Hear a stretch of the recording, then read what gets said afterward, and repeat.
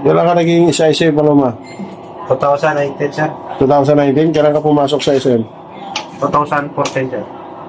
2014? Yes, sir. Anong batch ka? Parakal 383, sir. Caracal 383.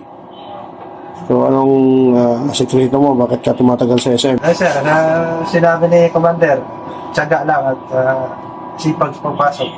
Ilan na anak mo? 2, sir. 2. Kontento naman kayo sa sinasahod nyo. Yes, sir. Nung pandemic ba, naman kayo ng ayuda ni SM? Yes, sir. Meron, sir. Meron. Malaking tulong sa amin, sir.